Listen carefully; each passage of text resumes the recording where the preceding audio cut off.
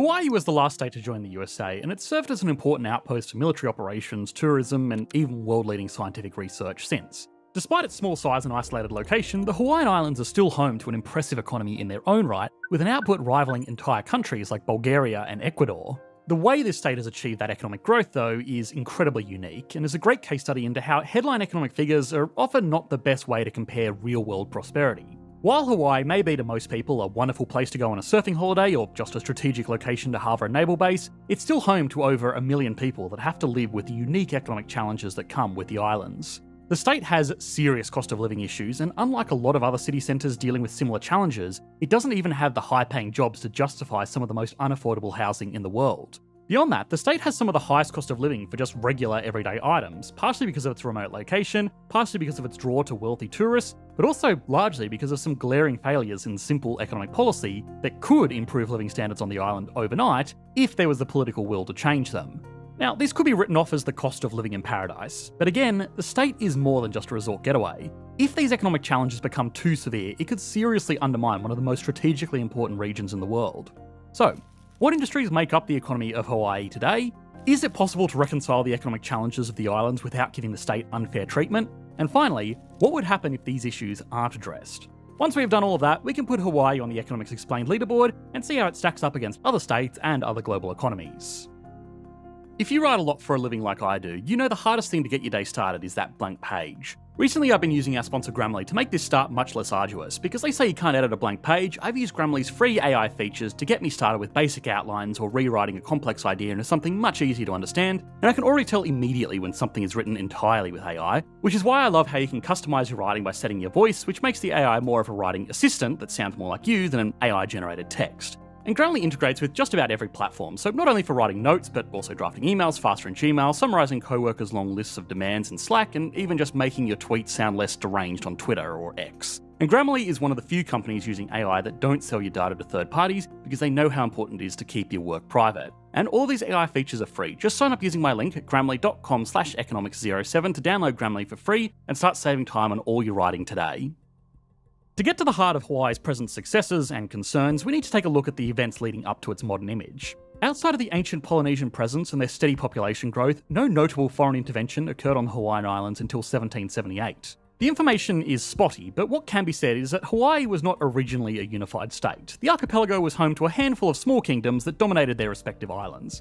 However, once Hawaii was mapped out, a chief on the largest island named Kamehameha embraced British weaponry, made a British advisory board, and conducted a 15-year-long conquest. This was when Hawaii confronted its first set of serious obstacles. With warfare and foreign diseases devastating the native peoples, Hawaii's population dropped by more than 70%. This, in conjunction with people fleeing to safer regions, led to a labour shortage. But in hindsight, labour was far from the worst issue on the horizon.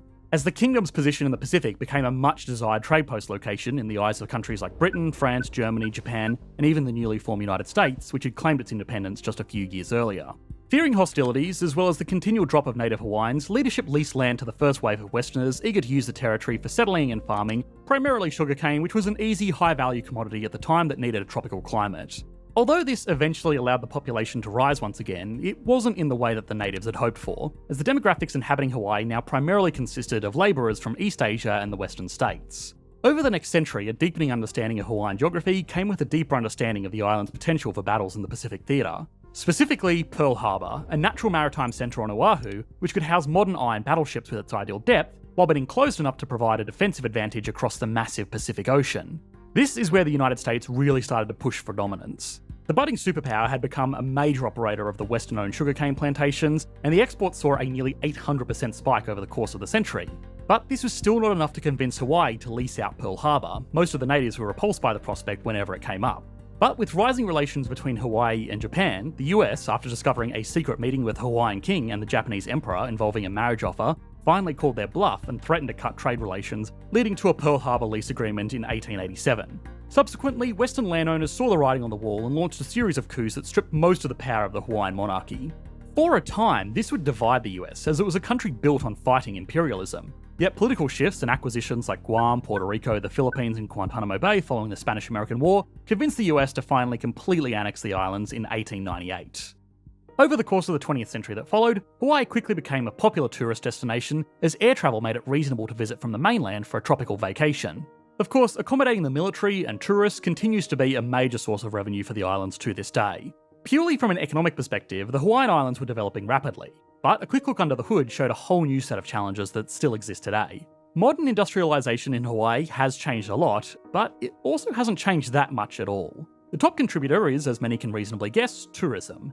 Since achieving full statehood in 1959, income from visitors accounted for about 21% of Hawaii's gross state product. The two countries that contribute the most to this sector are still the US and Japan. In 2019, about 1.6 million Japanese visited Hawaii. This has led to a state focus on tourism amenities to maintain global interest, which can produce some serious local problems in the long run, considering that this breeds unstable dependency subject to change whenever outside influences interfere with travel. This of course became a very serious obstacle when the CDC planned a temporary restriction called the Conditional Sail Order, preventing cruise ships from docking in Hawaiian harbours during the global pandemic, and most other tourist activities were also heavily restricted. To avoid instability for the last decade, there have been numerous efforts from the state government to diversify and reduce its dependence on tourism, like putting funds into the fishing industry. But this has been a slow-moving process, considering that harmful runoffs and pre-existing overfishing have actually forced the islands to import 63% of commercially sold seafood.